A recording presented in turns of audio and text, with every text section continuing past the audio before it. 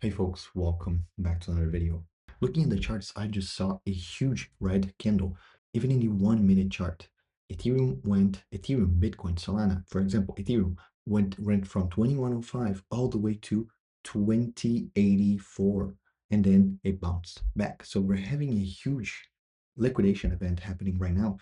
I'm sure, as we're gonna see in today's video, something is happening right now in crypto. So we're going to take a look at it together, and I'm going to show you how the last options that we opened on Monday, if I'm not mistaken, how they went and how these that I opened are right now. So let's jump right into it in today's video. Starting with Bitcoin, look at how Bitcoin has a huge candle that went all the way to the 76,100. So 76K 100, it touched all the way at the bottom of the low 76K, and then it brought back to the $76,500. For Ethereum, look, it went all the way down to the 2084, and then it kind of brought it back. This is usually a liquidation cascade happening. So it liquidates and then it goes back up. And for Solana, we saw that going down all the way to the 8465, more or less, for Solana. Now, looking at CoinMarketCap, we can see that Bitcoin right now is at 76,500. We have Ethereum right at the 2100. Then we have BNB at 652. We have XRP at 134. Then we have Solana at 85.38. We have Hyperliquid at 57, which, by the way, I think yesterday or the day before, I was in an event, a crypto event, and while I was there, Hyperliquid went to $62 per coin, which is very amazing. If you are not bullish on Hyperliquid, you are losing, because Hyperliquid is winning and it has been winning for a long time. So I don't see it stopping anytime soon. And Zcash, which had a huge run all the way to the 650, which, by the way, it was a very good trade that I did. I did 600%. Of course, it was way over leveraged, but I did believe that Zcash was going to rally with Monero, and they did. Zcash went all the way to the 650 something, almost 660, and then it crashed down again. Now it is above the 600, which is fantastic. Just 2 or 3 videos ago, we were at $250, $300. So it doubled. It went very, very good. And we have Monero, which is at 381. So talking about fear and greed index, if we go there and we look, we are at 28.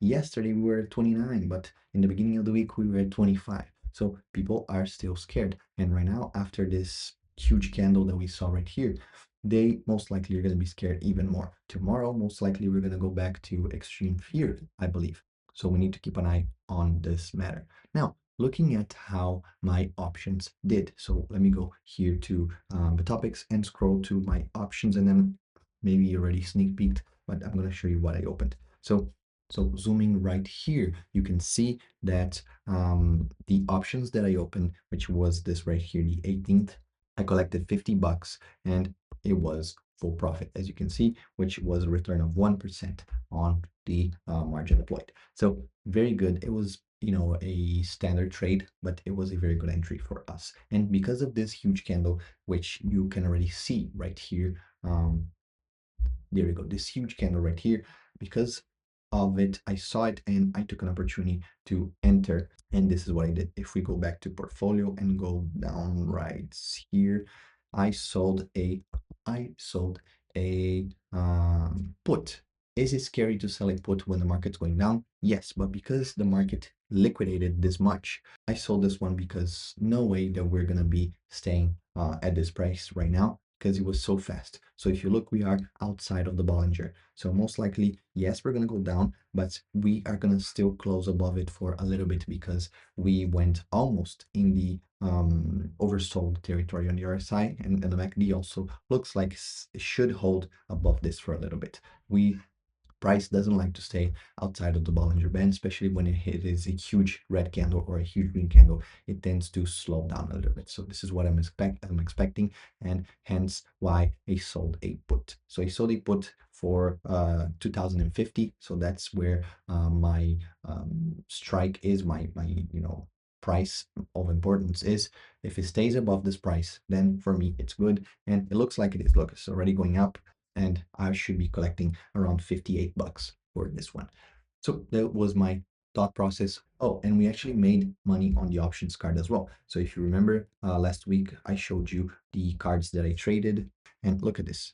From the 18th to the 20th, a quick 20 bucks that I made, which was 1.5% return. It's a fantastic return. So this was also a good trade that I was able to get in, and I was able to show that to you. So right now I don't see anything profitable for me, mainly because most likely what I think has happened is that the market moved so fast that the pricing itself, especially for the options card, didn't have the time to adjust, or for new cards to show regarding using the filter that's been put, whatever the filter is.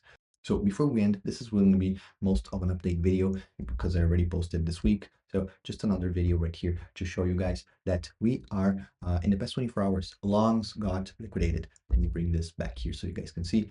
Longs got wrecked in the past 24 hours.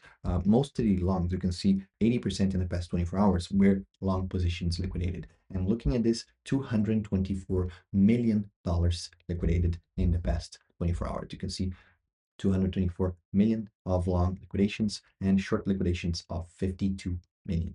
And the biggest position that was liquidated was on Bybit, which was a Bitcoin liquidation, and it was $5.39 million in value. So huge amount of money, as always. It always amazes me how much money people are willing to, bet with longs, with leverage.